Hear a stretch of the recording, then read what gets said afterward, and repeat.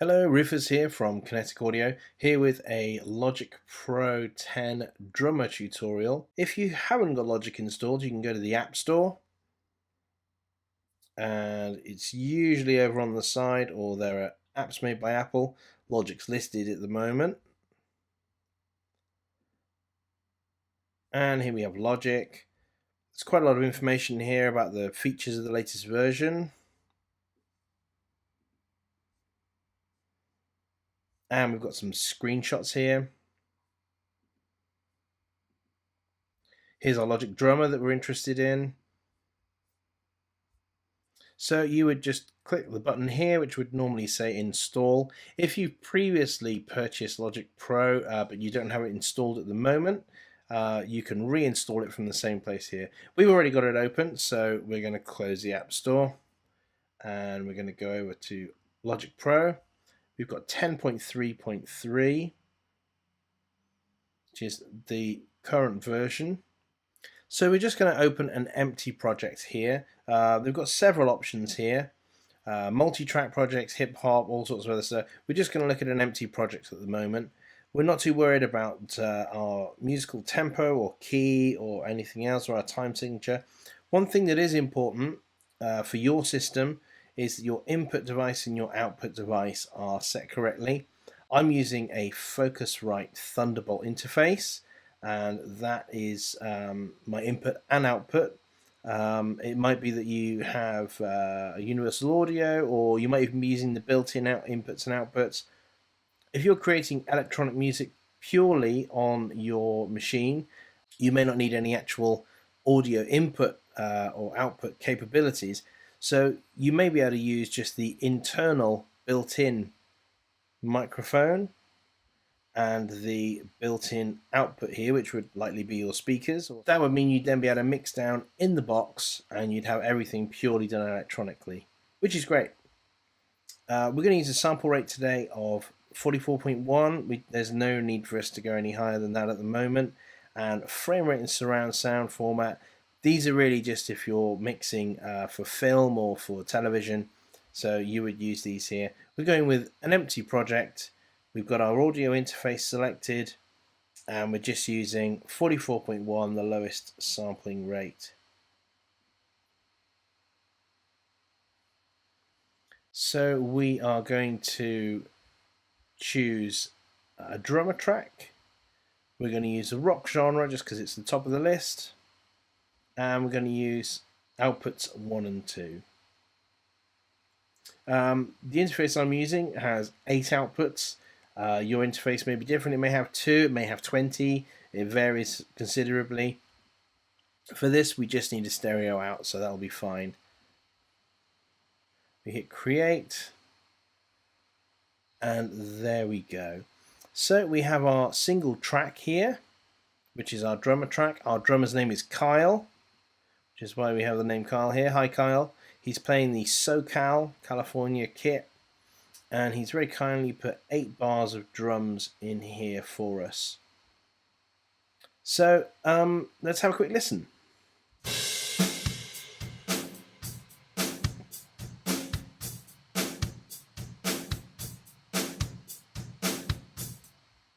Okay, that's pretty good.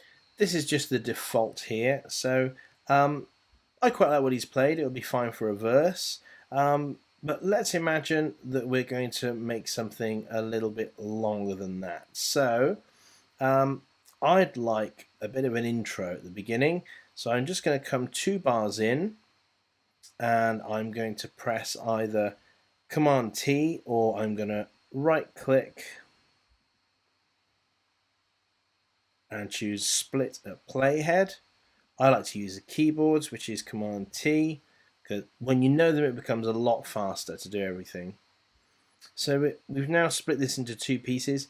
We're going to take our first section here, and I'd like it to start much quieter than that. It needs to be a bit of a build-up, so I'm going to come down to this box here. We've got a dot in the middle here, which shows whereabouts we are on our chart. So we have loud at the top and soft at the bottom, and we have simple on the left, complex on the right.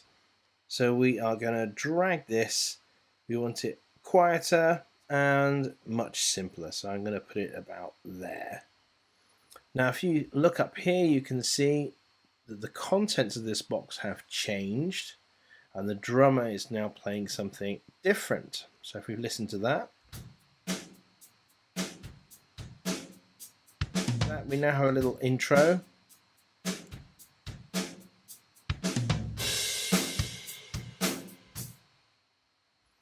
So let's carry on our song here a little. We've chopped a couple of bars off the front, so let's extend that a little.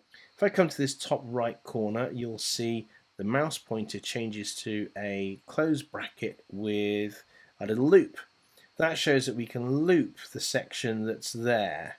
So I could say drag that up to here, and you'll see that these are kind of grayed out. That's because they're exact copies of what we've already done. So they are a copy only of the section that's highlighted. So it doesn't include our 2 bars at the beginning. We don't want to do that though, because we want our sections to be different. So instead of going to the top, we're going to the bottom right corner, and we get a closed bracket with an arrow each side. So I'm going to extend that for 2 more bars, and that will then give us our 8 bars back again. Great. Okay, I'm just going to chop this one in half. So again, I'm going to move halfway down, 4 bars along. I'm going to press Command T to split at the playhead. Now I'm happy with the verse. I'm not going to change the verse, but I want this to be either a chorus or a fairly big outro. So I'm going to come down to our chart again here, and I want the drummer to play something really loud and more complex. Let's have a little listen.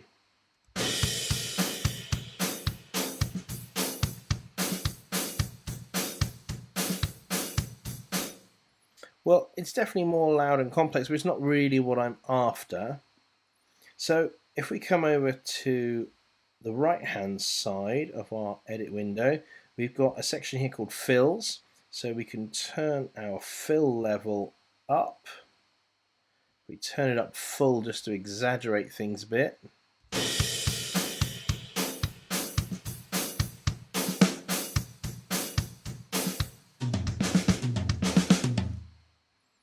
Okay, it's definitely more busy, but it's not quite what I'm after.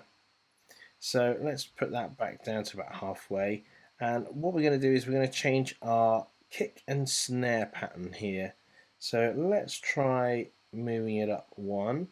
What this does is it changes the patterns and the complexity and the timing of the kick and the snare. If we move up to the next one, you can just about see underneath here is half time, and at the end is double time. So let's try it on number 6 here.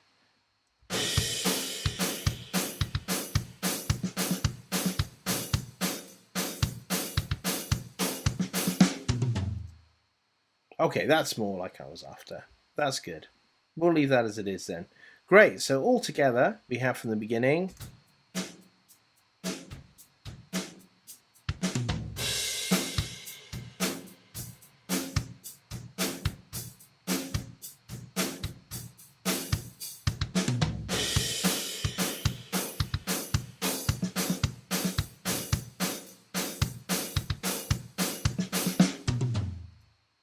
Great, that's not a bad little track.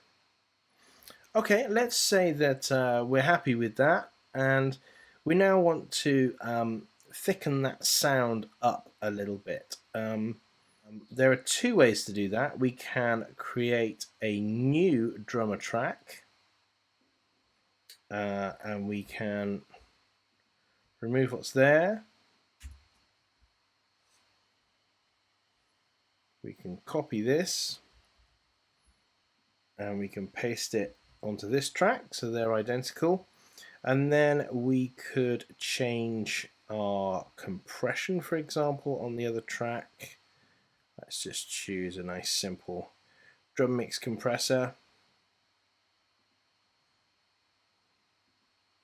If I just listen to that on its own,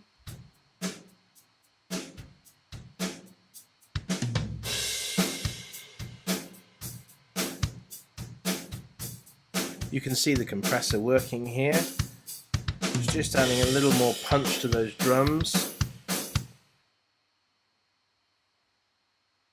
If I take off the solo, you can listen to them together.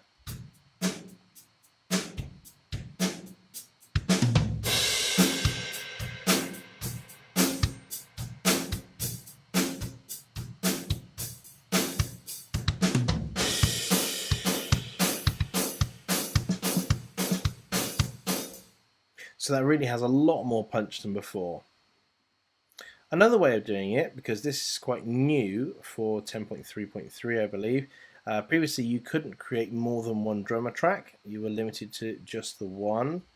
If I delete this track, the other way to do it, which in my view gives you a lot more versatility once you're happy with what the drummer's created, if you create a new software track and then we close the inspector, we come over to the library and we choose drum kit, and then we have our drum kits listed here, but at the very bottom is producer kits. So if I open this one up, you can see you effectively have the same kits that are in here, but they've got a little plus next to them. This means they're a producer kit, and if I choose something like the Manchester kit, there we go. I'll show you what the difference is.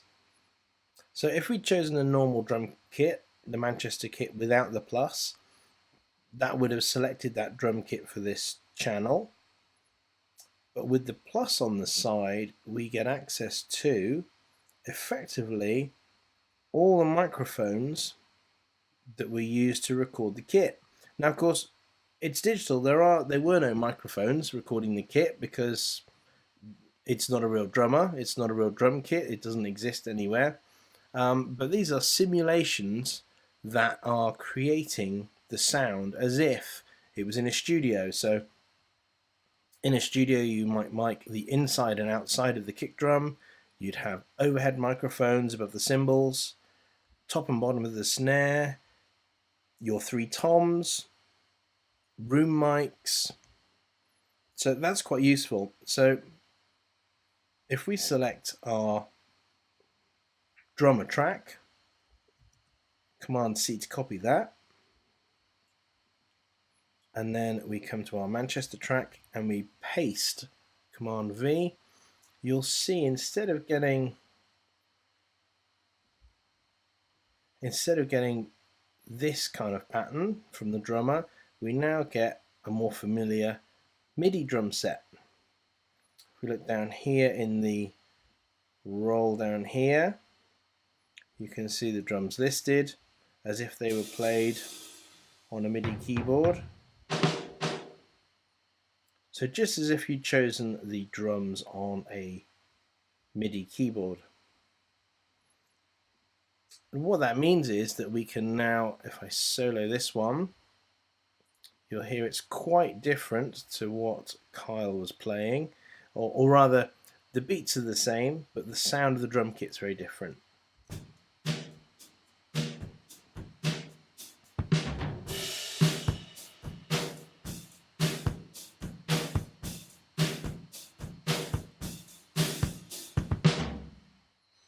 Okay, that's pretty good.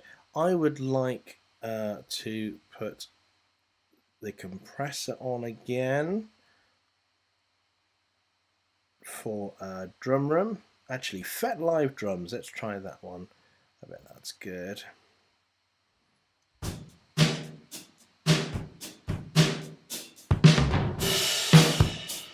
So those drums have got a lot more kick to them now. Much more punch to those drums. If we play them together,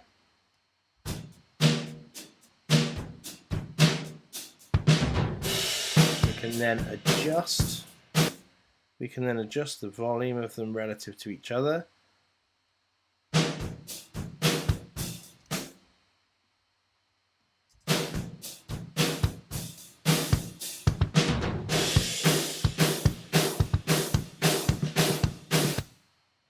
This gives us a far more realistic drum sound. It's really versatile.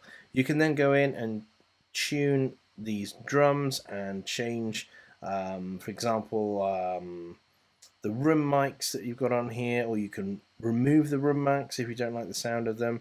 Have a play with those. You can get really tune the sound to something quite amazing. Now this is our rock drummer Kyle, as we selected at the beginning, but this would work just as well with a different drummer. So if we remove this track, and instead of Kyle, we're going to choose, say, Leah. Leah's using a drum machine here, so if we listen to her track,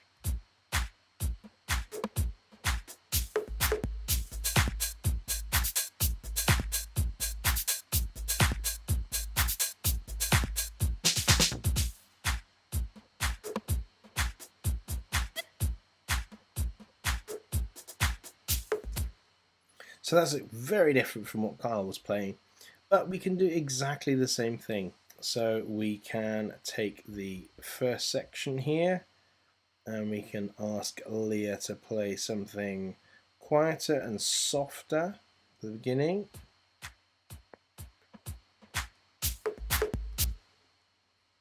We can ask her to play less of them.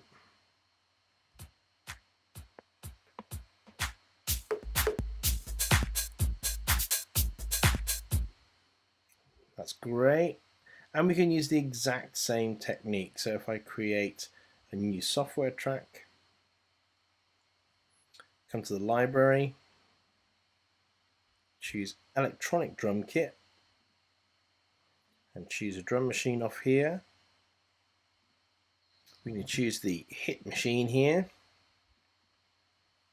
and then we do the same thing. We can Command C and Command V to paste that in there. So we now have a copy of what Leah has done. If we just solo that, we can listen to it on its own.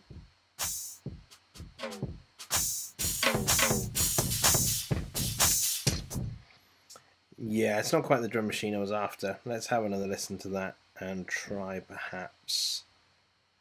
Let's have a look. What have we got here? Let's try an electro bump.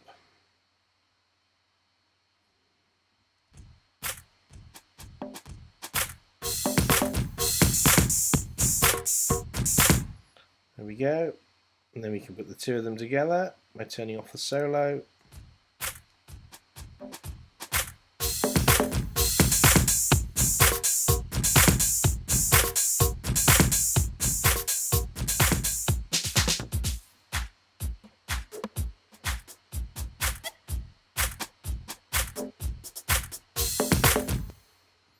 Now, one of the things that's quite useful with a drummer is if we remove this drum kit a moment, and we're also going to remove Leah. Sorry, Leah.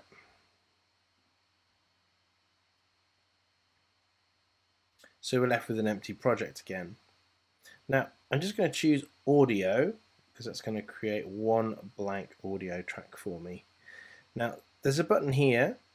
We're going to click on this, and this is our global tracks. So if you have, say, a classical piece of music, you might have changes to the time signature.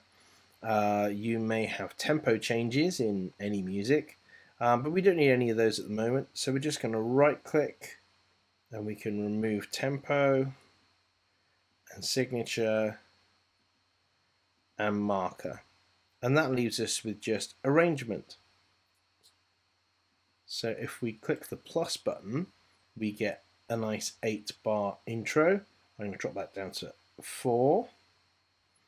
And then I press it again, we get an 8-bar verse. Then another 8 bars of chorus, a bridge, and an outro.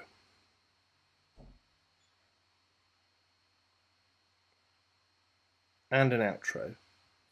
So I'm just going to color these to make them a little easier to see.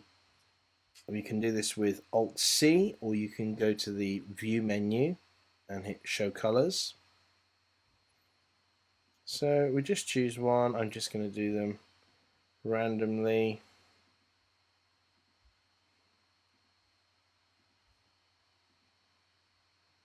There we go. Come on, Alt-C again to remove the color pane. Now, if I create a drummer track, the drummer will read this arrangement section here and will also understand what these mean. So it will automatically create an intro, a verse, and a chorus for us. Let's have a listen.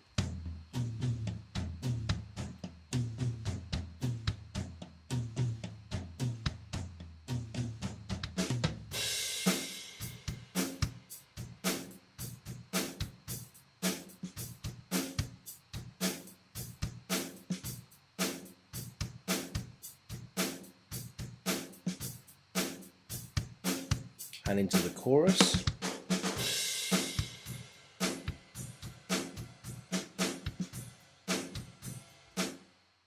Okay, I'm pretty happy with the verse and the chorus, but I don't particularly like the intro.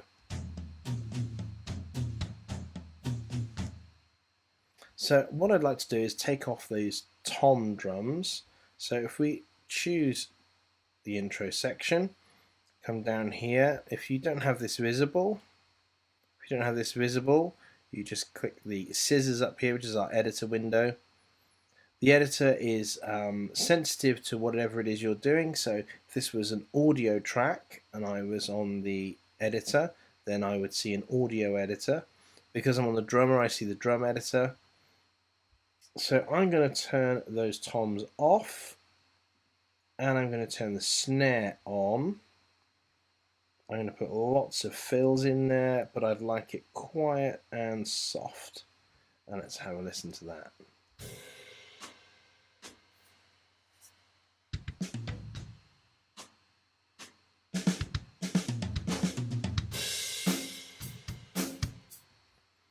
Perhaps a little too strange.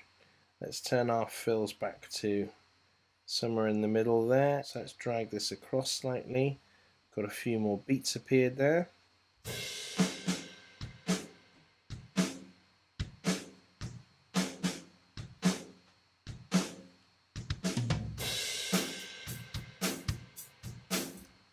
Bit skippy for me. Let's just take it a little softer but less simple and try that. That's much better.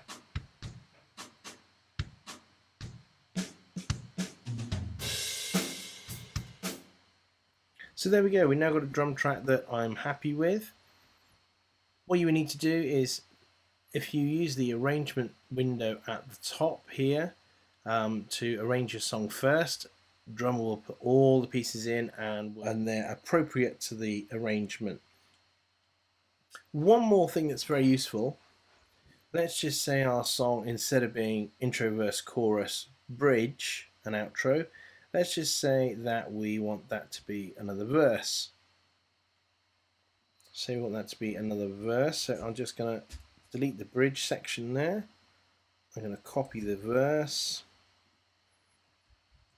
paste the verse back in there. So these two are identical. This is a copy. Now what we can do, if we want to make some changes to the verse, let's say we want the verse to be more complex but not played quite so hard. We select both of them by just using the shift. So shift click, and then we can come down. We want them quieter, but we want them more complex. And it changes both verses. Really useful for choruses, verses, and things that you know are going to be the same. If we have a listen now.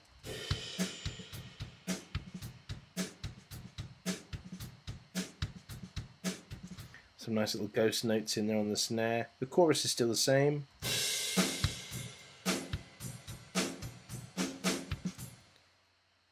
It's a great way to build a song by having a very clear differentiation in the drum track for your intro, verses, chorus, bridge, everything else. It really helps break the song up when the person listens to it. So there we go. I hope that's been useful. If you've got any questions or comments, please leave them in the comment section below. there's anything else you'd like me to cover in Logic, then please just leave it in the comments and I'll see if I can make a video for it for you. Please like, share, and hit that subscribe button, and I'll see you soon. Thanks a lot. Bye.